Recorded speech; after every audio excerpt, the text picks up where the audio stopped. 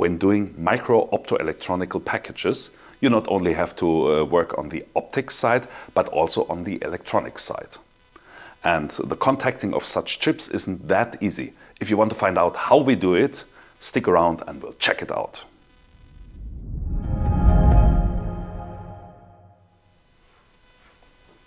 This is our 400G ROSA, and it is used in transceivers like that. And if you now take a closer look to the inside of such a transceiver, you will see a lot of electronical things inside. And to make it a little bit easier, we took a photograph with a microscope.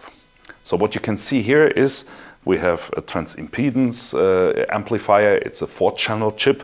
In front of it, we have 4 photodiodes, which are contacted to the chip. And also we have the outputs and a lot of contacts around it. To give you an idea of the size, one pad here has the size of 75 micrometers square. So it's roughly the shape or the diameter of your hair. And so the bond wires, they have 25, 20 or even 16 micrometer. And so this means this cannot be done manually. You need a machine for those bonding processes, which we will show you later. Now, if we take an even closer look to the setup or to the bond, you can see it's a little bit from the side, the picture. You can see we have a certain shape here. It's an S shape, it's a loop, it's called bond loop. And the exact size of such bond loops are very important. They are crucial for the RF performance of the chip, because it's influencing the impedance, or it's the input impedance together with the photodiode. And so this is very, very important. But first of all, let's take a closer look to how the process works. So what is depicted here, the bluish part here at the bottom is the chip with a bond pad. It's the yellowish rectangular shape here. And from the top we have a ceramic tool. It's a ferrule where the bond wire, it's going through the middle borehole, and at the bottom there's a certain shape. I depicted it here like a roundish shape. So now the first step is we have an electrical arc. This means, what happens is the bond wire is melted, and so it forms a roundish shape here in the tool. And the next point is the tool is just set down to the bond pad. This means for the process we need force, temperature and ultrasonic force. So it's kind of a rubbing motion, and this means it's similar to friction welding. And with that you get the bond between the gold ball here and the gold pad.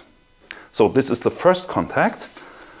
The next step is you're moving the tool, so the wire is going through this little center borehole, and you go to the next pad, which is depicted here, and you just push it down the tool. Once again, we need force, we need ultrasonic energy, and we need temperature.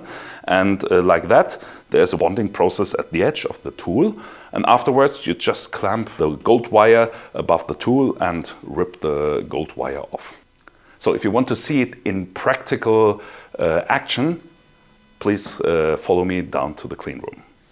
Now here we are in the clean room at our bonding machine. And I want to show you the elements we discussed before. So for example, here you can see the bond wire which goes through this glass tube. And here in the bottom section, you see this flimsy little gold wire with a diameter of 20 micrometer. The white part here is the tool, as explained before. It's a ferrule made from ceramic. And here in the bottom section we have a sample package which is on the heating plate. Now this is a prototyping machine. This means it's semi-automatic. What do I want to say with that? We have to target or find the first step, the first point for the bond loop, but the loop itself is automated. It's important because, as explained before, for RF performance you have to keep certain impedances. So now, in principle, we just position it manually, and then we can start the bonding process. And like that, we're done. I hope you learned something today. If so, please leave a comment, and see you in one of the next videos. Bye-bye.